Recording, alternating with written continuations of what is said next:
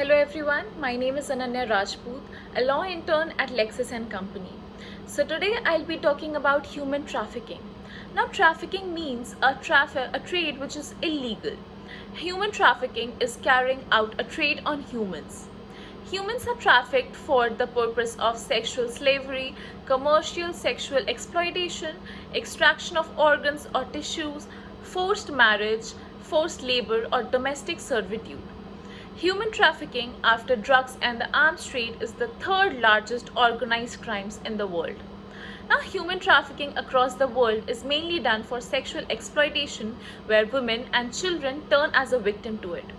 Human trafficking is done for the number of purpose, but sadly in our country, the act which exists against human trafficking is Immoral Trafficking Prevention Act ITPA, and it only combats against the human trafficking if it is done for the purpose of sexual exploitation.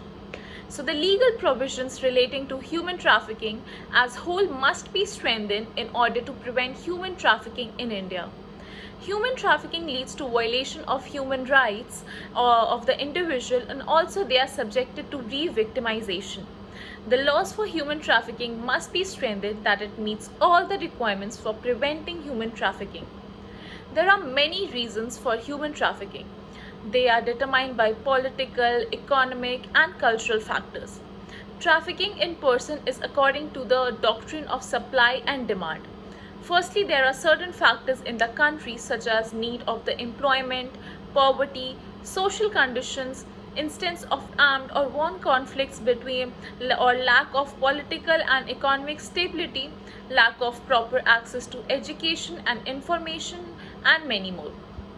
Secondly, in developed and wealthy countries, there is demand for inexpensive products, cheap labor, and low price services. The victim in the process of trafficking in person are abused and exploited in a certain condition which may result in short-term and long-term minor and severe psychological and physical attacks, diseases, especially STDs or HIV viruses. This condition can even lead to permanent disability and death. The direct consequences of human trafficking are aggression, depression, disorientation, alienation, and difficulty in concentration. Many studies have shown that injuries and traumas acquired during the process of trafficking can last for a long, even after the person has become free from exploitation, and mainly occurs when the victim is not given with proper care and counsel. Now, even the rehabilitation process for the victims cannot be guaranteed for a certain result. Although the victims are brought out from the physical problems, the trauma and psychological problems does not allow the victim to totally recover from that consequence. Some of the victims find it difficult to adapt to the normal lives that they previously carried out. Interestingly, the Indian Penal Code, which came into existence in 1860, addresses the problem of human trafficking in human beings. It is addressed in section 370 and 370A of Indian Penal Code. It prohibited trafficking of women and girls and prescribed ruthless punishment for the criminals.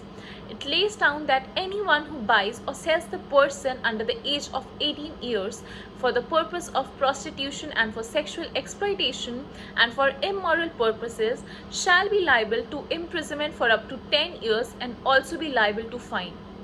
It also recognizes border trafficking, cross-border trafficking into prostitution, and whoever imports into India from any country outside India any girl under the age of 21 years with the intent that she may be, or knowing it to be likely that she will be forced or seduced to illicit intercourse with another person shall be punishable with imprisonment which may extend to 10 years and shall also be liable to fine. Now, the laws for human trafficking must be strengthened that it meets all the requirements for preventing human trafficking. People who are in poverty line across the country must be made aware about human trafficking and its consequences in order to prevent them from becoming victims. Many national and international seminars and conferences can be conducted across the country so that the general people and the government can join hands to prevent human trafficking and make them aware of what it really is. The vulnerable sections of the society must be protected by the government so that they don't fall as victims of human trafficking.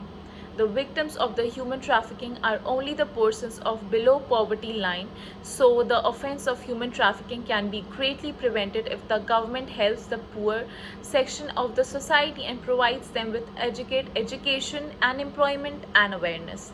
Thank you.